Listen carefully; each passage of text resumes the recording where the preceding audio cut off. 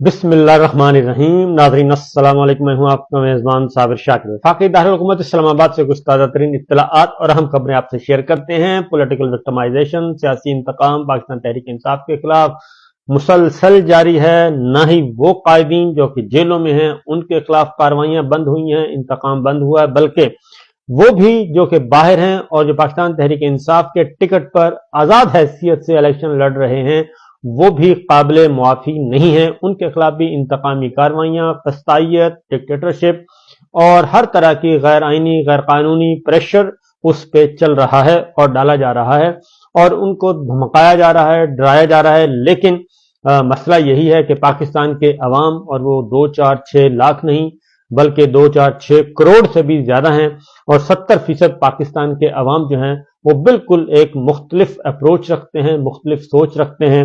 ان کی سوچ جمہوریت پر مبنی ہے، آئین کی بالادستی چاہتے ہیں، قانون کی حکمرانی چاہتے ہیں، لیکن ان آوازوں کو دبایا جا رہا ہے اور مسلسل دبانے کی کوشش کی جا رہی ہے. آج ایک اور ایکٹ کیا گیا ہے اور آج ایک نگراں حکومت نے GIT تشکیل دی ہے. بہت اچھی بات ہے، GIT تشکیل دینی چاہیے. اداروں کے خلاف کسی قسم کی کوئی کارروائی نہیں ہونی چاہیے، کوئی پروپیگنڈا نہیں ہونا چاہیے، کوئی جھوٹی باتیں نہیں ہونی چاہیے.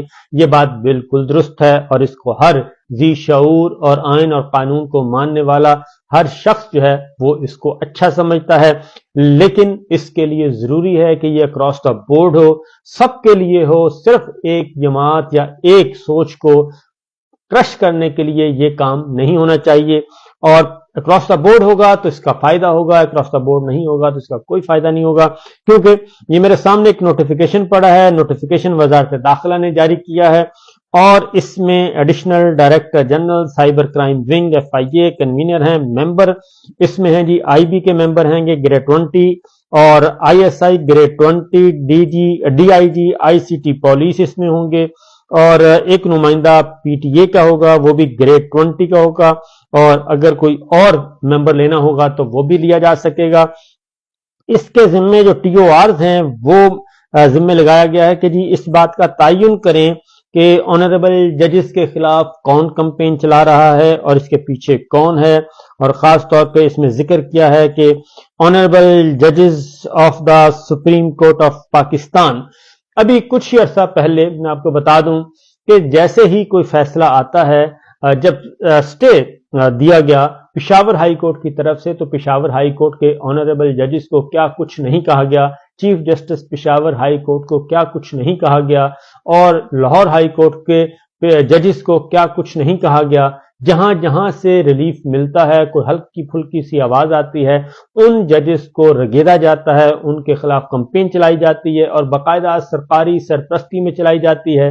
اور نہ صرف سرکاری سرپرستی میں بلکہ اس میں PDM، لاڈلا کمپنی سب اس میں برابر کے شریک ہوتے ہیں. پریس کانفرنسیں پڑی ہیں، میڈیا ٹاکس پڑی ہیں، جلسے جلوسوں میں تقریریں پڑی ہیں. اور ابھی کچھ ہی عرصہ پہلے Islamabad supreme court of Pakistan red zone میں باقاعدہ طور پہ سرکار کی سرپرستی میں ایک بہت بڑا جتھا آیا تھا، سرکار کی سرپرستی میں آیا اور انہوں نے آ کے چیف جسٹس عمر عطا بندیال صاحب سے اس وقت جو بینچ سن رہا تھا پنجاب اور خیبر پختونخوا میں انتخابات 90 دن کے اندر اندر ان کے خلاف کیا کچھ نہیں کہا گیا.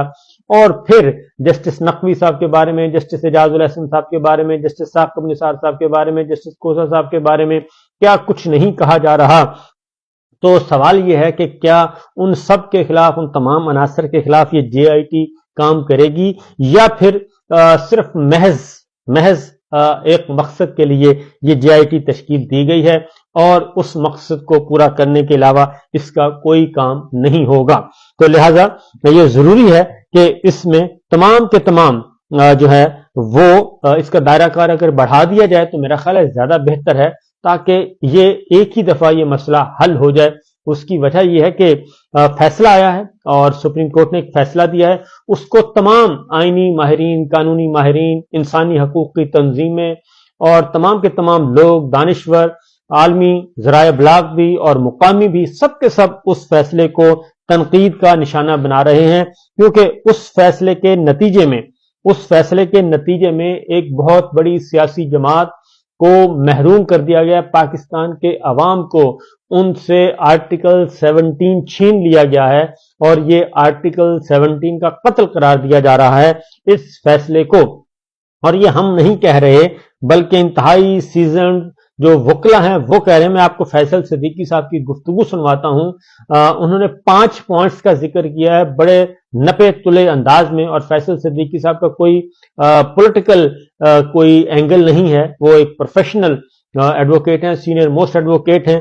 ذرا ان کی گفتگو سن لیں، اس کے بعد پھر آگے بات کو بڑھاتے ہیں کہ آخر یہ جی آئی ٹی سے کیا حاصل ہو سکے گا، اور کیونکہ تنقید کون سی ہو رہی ہے، بالکل جو تجاوز حدود سے تجاوز ہیں اس کا ہونا چاہیے، لیکن مسئلہ یہ ہے کہ یہاں پہ تو ججز کے گریبان پھاڑنے تک کی بات کی گئی، ان کی ویڈیوز چلائی گئیں، ان کی آڈیوز چلائی گئیں، اور بھرے جلسوں میں، اور سٹنگ ججز کی، سٹنگ جرنیلوں کی، سٹنگ آرمی چیف کی، sitting D G I S I کی، لیکن قانون بھی خاموش رہا، آنکھیں بھی بند رہیں، کان بھی بند رہے، اور ان کو کھلی چھٹی دی گئی، اور اب بھی ان کو کھلی چھٹی ہے۔ لیکن جو آئینی اور قانون کی حدود میں رہ کر تنقید کر رہے ہیں ان کو پکڑا جا رہا ہے، ان کو دھمکایا جا رہا ہے۔ اس کی وجہ صرف یہ ہے کہ ایک بڑا اسکرپٹ ہے کہ 8 فروری کو الیکشن جو ہیں وہ ایک لاڈلا کمپنی کے لیے کروائے جائیں، اور یہ پاکستان پیپلز پارٹی بھی کہہ رہی ہے، مولانا صاحب بھی کہہ رہے ہیں، باقی ساری سیاسی جماعتیں کہہ رہی ہیں کہ یہ صرف سارا سٹیج جو ہے یہ تیار کیا جا رہا ہے ایک لاڈلا کمپنی کے لیے کہ اس کو اقتدار پلیٹ میں رکھ کر دینا ہے، اور اس کے بعد انہوں نے کرنا کیا ہے یہ نہیں پتا، کیونکہ جس طریقے سے فیسیلیٹیشن جو ہے ان کی جا رہی ہے وہ تو ساری دنیا دیکھ رہی ہے، اور صرف ہم نہیں بلکہ اب تو عالمی میڈیا بھی ایک ایک نقطے پر پوائنٹ آؤٹ کر رہا ہے۔ پہلے ذرا فیصل صدیقی صاحب کو سنواتے ہیں، آپ کو اندازہ ہو جائے گا کہ معاملہ کیا ہے۔ This is an indefensible decision. اگر آپ چاہیں گی تو اس میں 5 بنیادی ریزنز ہیں، میں ایک ایک کر کے بتا سکتا ہوں۔ بنیادی طور پہ 5 ریزنز ہیں جو سپریم کورٹ دیتا ہے۔ پہلی چیز وہ یہ کہتے ہیں کہ بھئی یہ ٹیریٹوریل جورسڈکشن نہیں تھی، یہ پشاور کیوں چلے گئے؟ یہ ایک سیٹلڈ بات ہے کہ جب آپ 2 کورٹس میں ایک فیصلے کو چیلنج کر سکتے ہیں تو یہ آپ کے اوپر ہے کہ آپ کس کورٹ میں جاتے ہیں۔ انہوں نے سپریم کورٹ نے یہ لکھا کہ آپ تو پہلے لاہور ہائی کورٹ گئے تھے، وہاں پٹیشن پینڈنگ تھی۔ بھئی اس لاہور ہائی کورٹ کے بعد یہ پہلے پشاور، اس کے بعد پشاور گئے تھے۔ پشاور نے ڈائریکشنز دی ای سی پی کو کہ وہ یہ فیصلہ کرے اس پہ، اور جب وہ فیصلہ آ گیا تو وہ دوبارہ پشاور چلے گئے۔ تو سیٹلڈ پرنسپلز ہیں کہ آپ نے جو اس سے پہلے پٹیشن فائل کی ہوتی ہے وہ جس کورٹ میں کی ہوتی ہے وہاں آپ جاتے ہیں، اور اس سے پہلے والی پٹیشن پشاور ہائی کورٹ میں، یہ سپریم کورٹ کی ریپیٹڈ ججمنٹ۔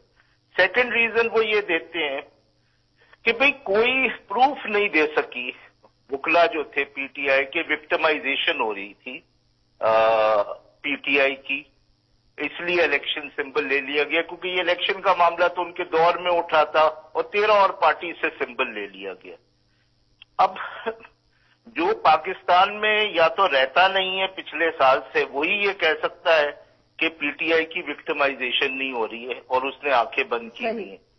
اور جو دوسری بات ہے وہ یہ ہے کہ بھئی اگر وکٹمائزیشن نہیں ہو رہی تھی تو سپریم کورٹ میں لیول پلینگ فیلڈ کے فیصلے میں پی ٹی آئی کے حق میں کیوں ڈیسائیڈ کیا؟ تیسری جو بات ہے وہ یہ ہے کہ وہ یہ کہتے ہیں کہ کوئی پروف نہیں ہے کہ جی انٹرا پارٹی الیکشنز ہوئے ہیں۔ بھئی یہ تو الیکشن کمیشن نے بھی نہیں کہا تھا کہ انٹرا پارٹی الیکشنز نہیں ہوئے، انہوں نے کہا ہوئے ہیں لیکن ان اکارڈنس وتھ کانسٹیٹیوشن ہوئے۔ تو سپریم کورٹ ایسی باتیں کر رہا ہے تو الیکشن کمیشن بھی نہیں کر رہا۔ پھر یہ کہا کہ جی نامینیشن فارم نہیں دیے ان 14 لوگوں کو جو کمپلیننٹ تھے۔ یہ تو ای سی پی نے بھی اب فائنڈنگ نہیں دی ہے، یہ ایشو ہی نہیں تھا۔ اور جو سب سے امپورٹنٹ بات ہے وہ یہ ہے کہ دیکھیے جھگڑا یہ نہیں ہے کہ الیکشن کمیشن کے پاس سیکشن 2015 کے انڈر یہ پاور نہیں ہے کہ وہ الیکشن سمبل ڈینائی کر سکتا ہے، بالکل کر سکتا ہے، لیکن وہ کن سرکمسٹانسز